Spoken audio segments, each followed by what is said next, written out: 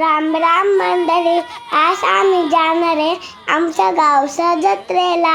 मी आणि माझा मित्र खूप मस्ती करणार आहे. चला आता आम्ही विहान बसणार आहे. चला खूप मस्त करणार. आता मी बसले आहे ब्रेक डान्स मध्ये. आता खूप मजा येऊ राहिली. मग गाणं कार मध्ये बसलो आहे. आता मी करणार आहे बोटिंग.